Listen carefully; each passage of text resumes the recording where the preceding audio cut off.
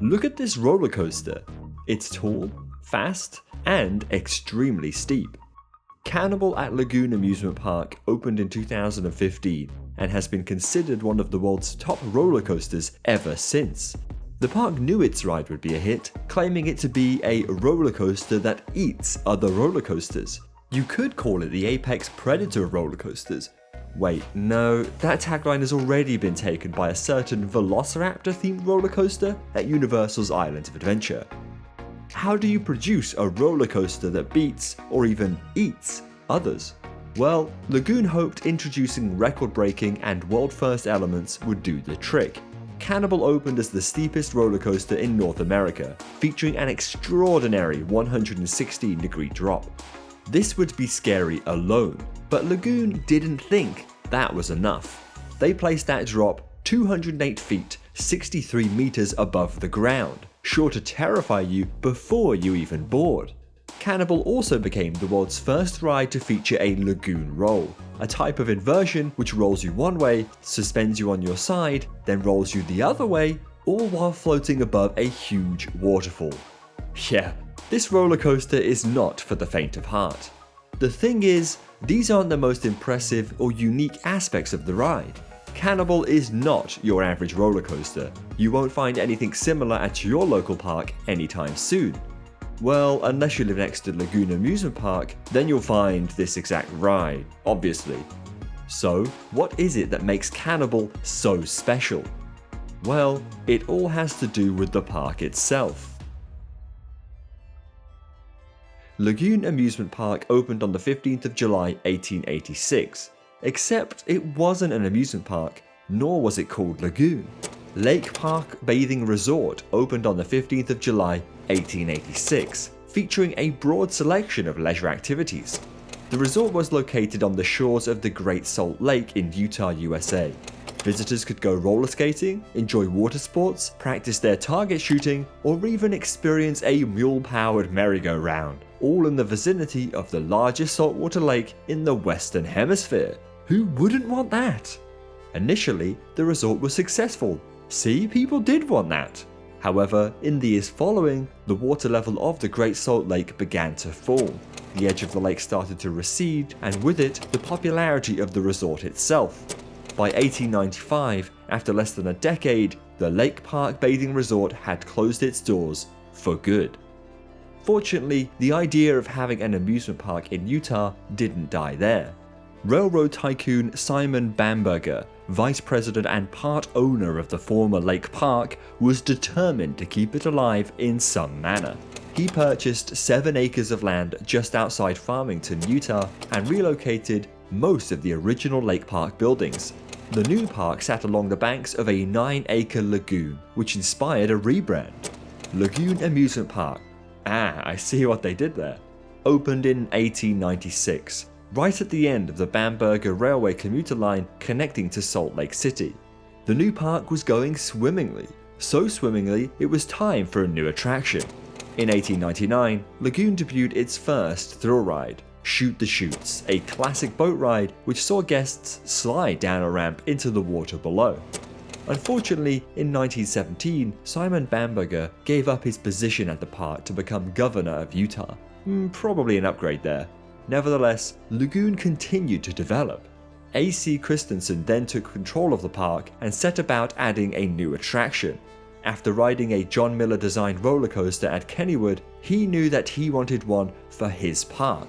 Lagoon set about constructing Lagoon Dipper in 1921, known now as Roller Coaster, which has become the oldest operating roller coaster at the park. In the following years, Lagoon traded hands. In 1928, Simon Bamberger's son, Julian, took over the park, which hung on during the Great Depression of the 1930s. However, by 1942, it was forced to close due to World War II. Then, 4 years later, the park reopened under a partnership between the Freed brothers and the Bamberger family. After this, Lagoon grew. From restoring it from a devastating fire in 1953 to eliminating laws in the area banning people of different races from the park, the Freed brothers paved a new future for Lagoon. By 1976, it was time to install its first steel roller coaster, Jetstar 2, a Schwarzkopf Jetstar. This was followed by even more investment during the following decades. Colossus the Fire Dragon, a double-looping Schwarzkopf roller coaster, opened in 1983, while Wicked, a launch coaster, opened in 2007. Throughout this time, Lagoon didn't just focus on thrill rides, but also on smaller family additions too. During the development of Wicked, the park's engineering team worked closely with Zera, the roller coaster manufacturer, to develop the ride. Lagoon's engineering team was headed by Dal Freeman, a former employee at the iconic former roller coaster firm Aerodynamics.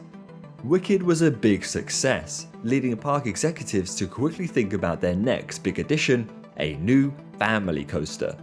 The best way to build a good roller coaster is to ride other roller coasters and buy similar style rides. So, the park officials rode various family coasters across the United States looking for the perfect addition. But they all weren't right. Lagoon president David Freed, second-generation family owner, found technology to be dated.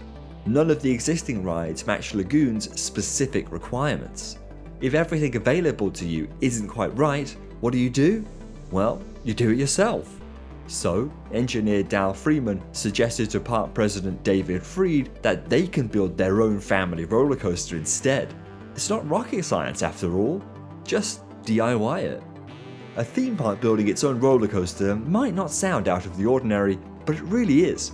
Traditionally, if a theme park wants to build a new roller coaster, they'll ask various companies that build roller coasters to come up with rough ideas.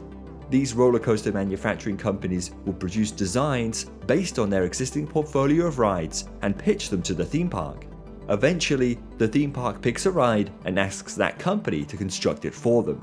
Other than choosing the color and location of the new roller coaster, a theme park might have very little input towards the ride's actual design. This isn't always the case, however. Larger companies such as Disney and Universal often work closely with roller coaster manufacturers to fine-tune the ride for their specific theme park needs. With this in mind, for Lagoon, a smaller regional amusement park, to design its own roller coaster from scratch is quite rare. Constructing rides in-house is not done often in the amusement industry. Nevertheless, they got to work. Lagoon reached out to amusement engineering firm Art Engineering to collaborate on the new ride. Construction began in 2010, and on the 2nd of April 2011, Bombora, the park's new family ride, opened to guests. The majority of the roller coaster was manufactured in Utah, with only the trains being developed in Germany. It also featured onboard audio, in which surfer-style music plays during the ride. Lagoon president David Freed quickly realized that if they could successfully build their own family coaster, what's stopping them from building their own thrill coaster next? You're just constructing a bigger version of the same thing, right? Well, the park quickly got to work again. An area for the new mega coaster, as they were calling it, had already been determined, as had the ride's designers and fabricators. Lagoon chose to continue its relationship with Art Engineering and reached out to local manufacturer Intermount Lift to fabricate the roller coaster's track. Originally, Lagoon anticipated the ride would be ready for the 2014 season, but there were a few challenges. It turns out that building your own roller coaster from scratch is not easy. Who would have thought? First, the project had to stretch over an extended period of time to allow the park to manage its finances better. Secondly, it took 14 months to successfully secure a small loan for the ride of $22 million. Fortunately, Lagoon got the funding it needed and received permission to build a new roller coaster over 150 feet, 46 meters high. Throughout all of this, the project was kept a secret. All locals and parkgoers could see was a huge tower being built. Was it a tower or was it a ride? No one really knew at the time, and Lagoon declined to answer. Secretly, the park had big intentions. They planned to put as much effort into the theme and area of the ride as the roller coaster itself. Lagoon knew they wanted an exotic theme, which incorporates some large rockwork elements and a 60 feet, 18 meter tall waterfall somewhere within the ride area. To achieve this, the park pulled inspiration from a range of sources. One of these was Freed's trip to Cambodia, where he visited the 12th century temple complex Angkor and the jungle temple Angkor Thom. he wished to capture a similar atmosphere to these locations for his new attraction. Part of this included building a temple-like structure within the center of the ride area. Lagoon also purchased 3 concrete lions from eBay, because, why not? These lions, which had originally stood outside the Utah state capitol in Salt Lake City, were restored and placed throughout the attraction. Finally, the ride would be finished with thousands of trees and shrubs placed in the vicinity to further the exotic feel. With the scale and theme of the roller coaster planned, Lagoon just needed a name. Simple. They wanted to ensure the name wasn't relevant to a particular place or group of people, but reflected the range of inspirations used for the ride itself. So, what do you call a monster of a roller coaster? Cannibal. Because, and I quote Lagoon's director of special events here, it will eat other roller coasters. I mean, sure, makes sense to me. On the 4th of September 2014, Lagoon Amusement Park announced Cannibal to the public. They revealed their plans for the ride, including the huge tower structure encasing the attraction's massive 208-foot, 63-meter ascent. Then, 10 months later, on the 2nd of July 2015, Cannibal finally opened to guests. 6 years of ride development and a total investment of $26 million later, Lagoon's project was out in the open. The initial reception? Absolutely fantastic. Guests loved the ride. It was a unique and thrilling addition to the park. Cannibal quickly became Lagoon's flagship ride, helping to instantly attract new visitors to the park. But why? What makes this ride so special? Well, let's imagine you're there staring up at Cannibal's colossal tower. You decide that you're brave enough to ride and make your way through the queue. After hopefully a short wait, you enter the station. There, you're met with an intimidating mural, but it's too late to back out now. You board one of the roller coaster's vehicles, each of which seats 12 riders in 3 rows of 4. The lap bar restraint comes down, and the experience begins. You roll forwards into the temple, witnessing various artifacts as you go. In total darkness, the train comes to a stop. Then, you start rising? That's right, I forgot to mention, Cannibal doesn't feature a conventional lift hill, but an elevator lift instead. The ride vehicles climb vertically through the tower, quickly gaining height on the world's tallest elevator lift hill. At the top, the real experience begins. You slowly move forwards into the daylight and pause 208 feet, 63 meters high into the air. Ahead, you see no track, just miles and miles of ground. The train then creeps forwards, falling further and further until it reaches the incredible angle of 116 degrees. Seconds later, you're at the bottom of the drop, traveling 70 miles per hour, 113 kilometers per hour, whilst flying through the temple structure via a tunnel 20 feet, 6 meters below the ground. But there's no time to think. You've now already passed through part of Cannibal's first inversion, its 140-foot, 43-meter tall Immelman loop. This is quickly followed by the second inversion, a dive loop over another part of the ride's track. You then enter a small drop, pass next to a huge rockwork structure, and enter a cutback element. Okay, time to breathe. You slow down and begin to enter the ride's one-of-a-kind element, its Lagoon roll. You roll 270 degrees to the left, hanging briefly above the ride's towering waterfall, before rolling another 270 degrees back in the opposite direction. The ride then comes to an end with a series of helices throughout the rockwork structure, taking the trains back to the final brake run. Throughout your experience, you've traveled 2,735 feet, 834 meters of track. Most of this takes place within 50 seconds of actual ride time, measured from the top of the lift hill to the final brakes. 8 years on, and Cannibal continues to pack a punch. It no longer holds the record for North America's steepest roller coaster, a title taken by the world's steepest roller coaster, Teenage Mutant Ninja Turtles Shellraiser, at Nickelodeon Universe theme park.